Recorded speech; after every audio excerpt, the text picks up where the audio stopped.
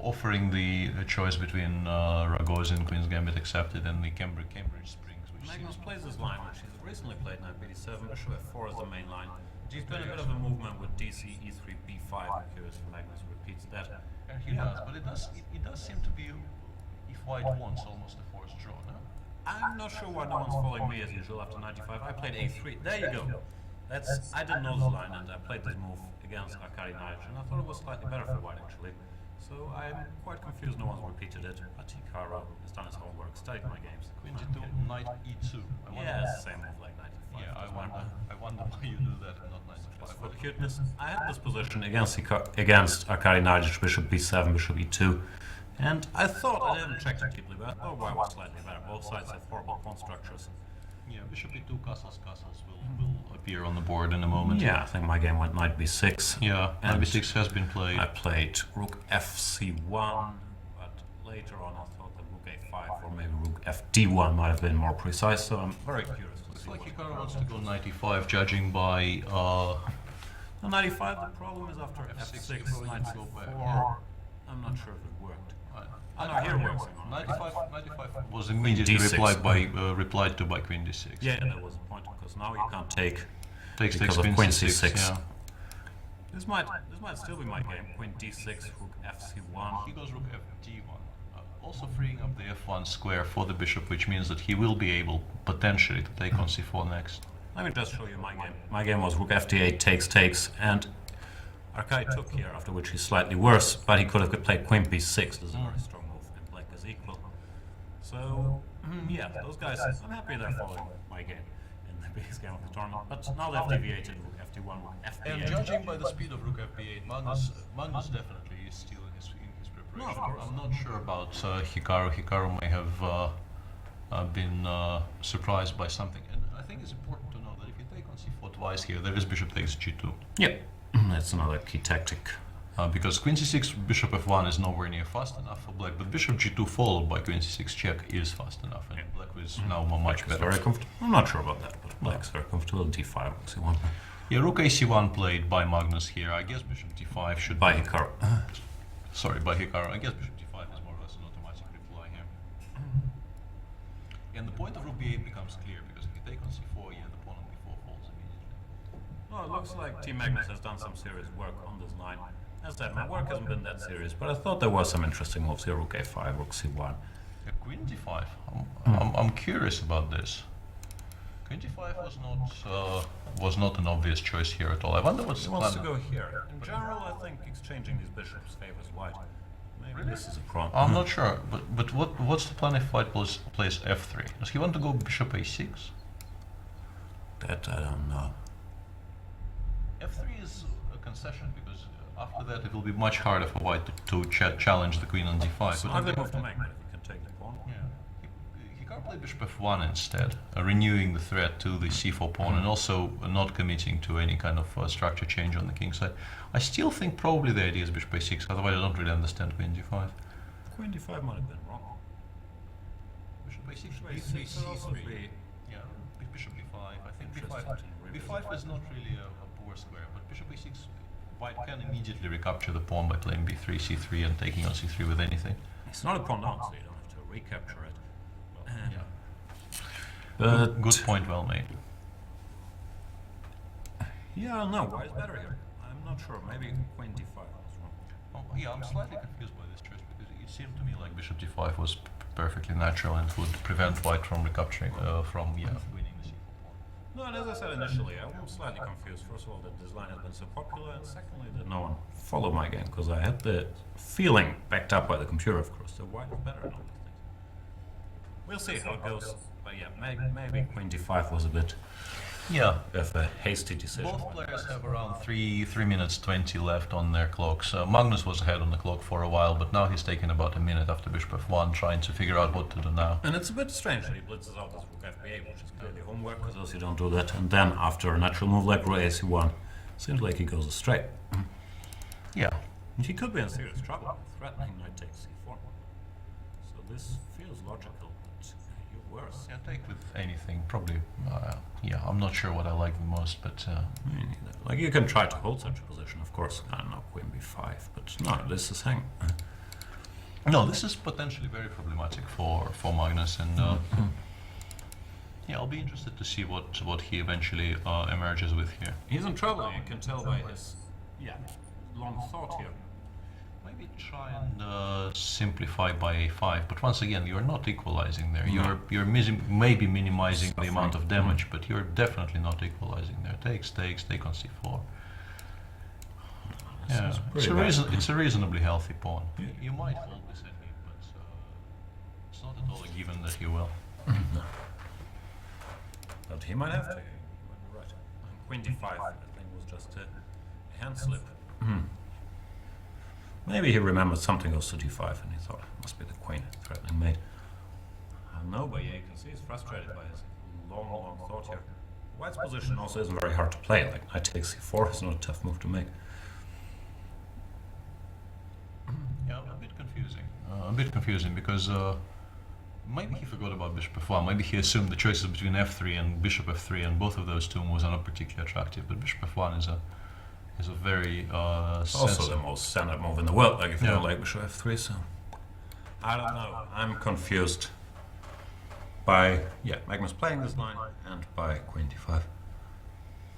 yeah. He's gone h6. He's seen there's nothing good to do. Allowing Yeah. knight c4. Knight c4. We expect Hikaru to just pick up this pawn because why not?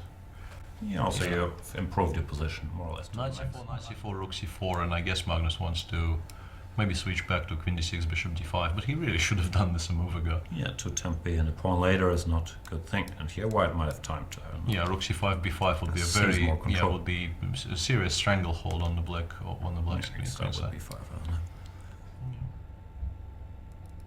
Not an ideal start to the game for Magnus. He does play queen d6.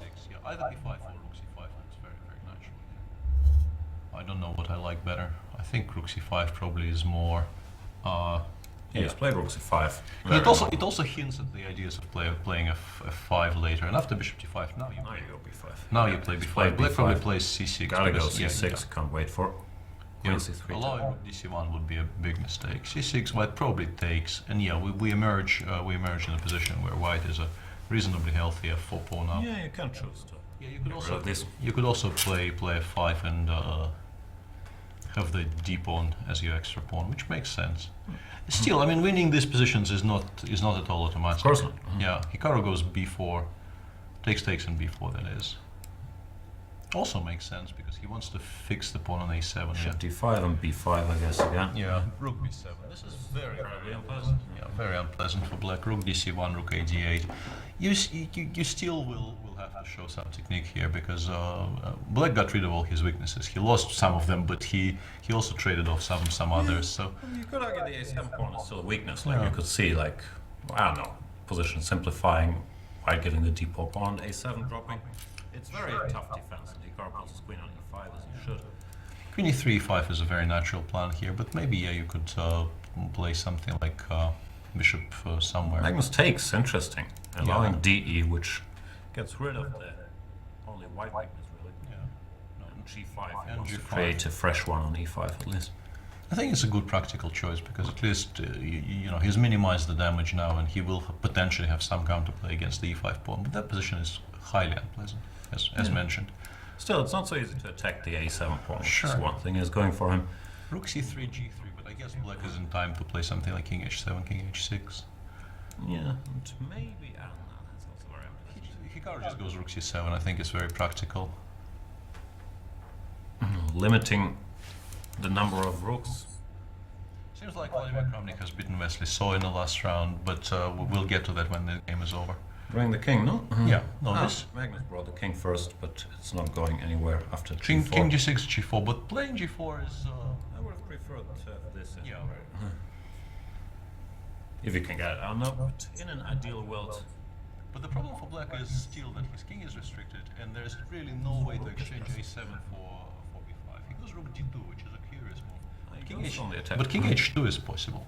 That's very important because white is not required to get stuck on the first because of this little tactic. It's not very difficult to find. That's right up Hikaru's alley. He might be calculating rook a7 first, but I guess rook d1 is the idea. Yeah, rook d1, rook a2, but after rook b1 you're so completely tied up that I don't think you kind of ever do this. I think it's just completely... Win directly, but you don't. No, I don't think you do.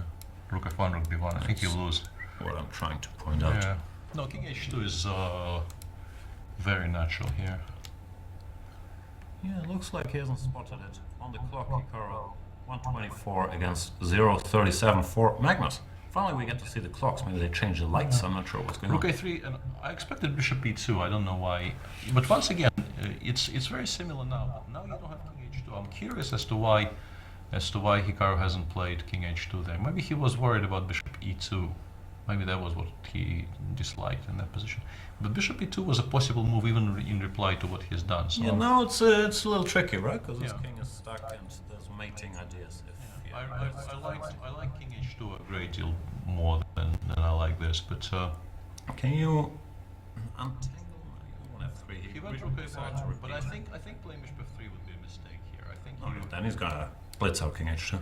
There he you go. does play bishop f3. It's interesting. Maybe king h2 bishop e2 actually is half decent for black. That's the only explanation I have. Right. Takes. Because now lots of white pawns are hanging and black might actually have enough counterplay. Rook f2, rook b2, this should probably be a draw. Or maybe even rook e2 and win the e5 pawn straight away. So that has to be the only explanation I can come up with for Hikaru not blitzing out king h2 yet. What else can you do? Maybe we've overstated his case and Magnus has created enough targets. Rook a3 and f3 is what Hikaru finally Yeah, opts that's for. what I thought about, but it's kind of ugly because you still need Yeah, to the get king, your king in. yeah, the king is still very, very cut off. Probably wants to go rook a7. Magnus plays f5. I thought f6 was slightly more precise because f5 he could maybe argue white could ignore, but Same thing. leads to the same, yeah. And rook a7, I would guess. b7, bishop f3, but you get the feeling this is now closer to a draw because the rook on b2 and the bishop on d5 will be very, very good at controlling the... Yeah, there's some counterplay. You can push the pawn. No, yeah, you probably don't lose this with white, but No, sure. yeah, winning it is now very, very difficult, maybe impossible. Yeah, because you don't have your king. The king on e3, different story. Yeah, and actually the position... Magnus playing for a win, it feels Yeah, like. yeah. You feel like he is now trying to win this position, and it's not it's not impossible to imagine like winning this. Oh, king went to g3. Bishop comes here. Rook b1. Yeah, you just need to make sure you don't blunder an exchange of rooks because then you might lose again. Of course. And you can't. Can you make progress? Maybe not. Magnus trying. Clearly, it's black playing for a win. 15 seconds against 25, and yeah, Magnus. Both very low on time. Yeah, I don't think we should. Are they repeating? They've repeated some positions, but I'm not sure they've had this before. And Magnus, I think, will start pushing the e-pawn. Rook d4 check, king g3 looks now kind of promising. Now you lost control of the back rank. Rook h2 is now... Hikaru is about to lose on time. Blitz, rook d3, e5 is coming. a3, e4. Yeah, rook h2 is coming. I think he Magnus will. going to win this. I think he's going to lose this It's position. madness. He goes b6 to distract the rook, but only for Yeah, one well, move because it's returning.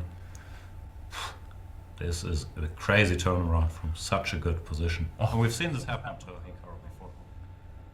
Yeah. A2, e3, king g3. Yeah, this Game game, over. this game is over. Mhm. This game is Oh. over. This is... yeah, this isn't somewhat unexpected. Because, This will ruin Hikaru's day after a Oh, yeah. pretty dominating performance to lose that endgame. Let's just go back. I don't know where to go back to. Let's say here. It's a clear extra pawn.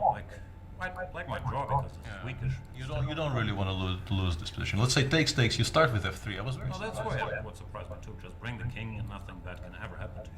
Yeah, king g6, bishop d3 check, Yeah, of course. and then play rook c3 for instance. Bring the king to Here, e3. Yeah, it's here, yeah. and then you do whatever you want. It was a very, very strange choice. Even after rook a1, king g6, how do you not play bishop d3 check?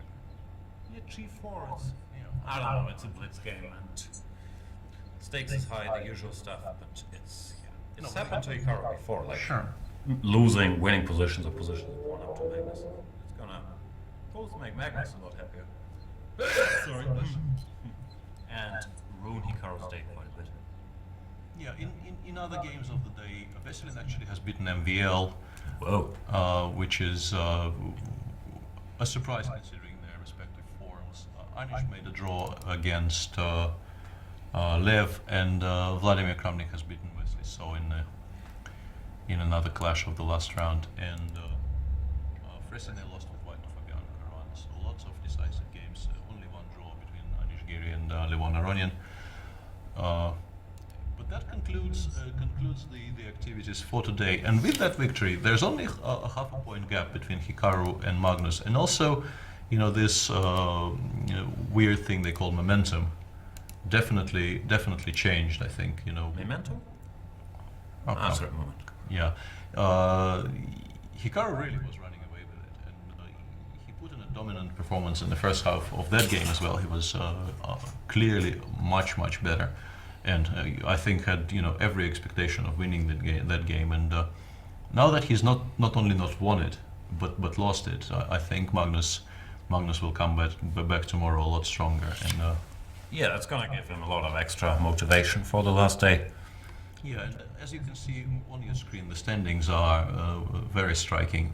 Hikaru on 20.5 out of 27, Magnus on 20, and then there's a 5-point gap between them and the third place, which is MVL on 15.5, having lost his. He lost his last round game to Veselin. So yeah, it will be, barring horrible accidents, will be a 2-horse race for the first prize. But that race just got very heated with that result. Yeah, looks like Groundhog Day sometimes for Nakamura. He comes so close, but Magnus tends to prevail. Still, Hikaru is in the lead. There's 9 rounds to play tomorrow. I believe that's gonna be it for us for today. Thank you so much for watching. The action is heating up. Thanks a lot, Peter Svidler. We're gonna be back with 9 more Blitz games tomorrow, same time, same place. Don't go anywhere.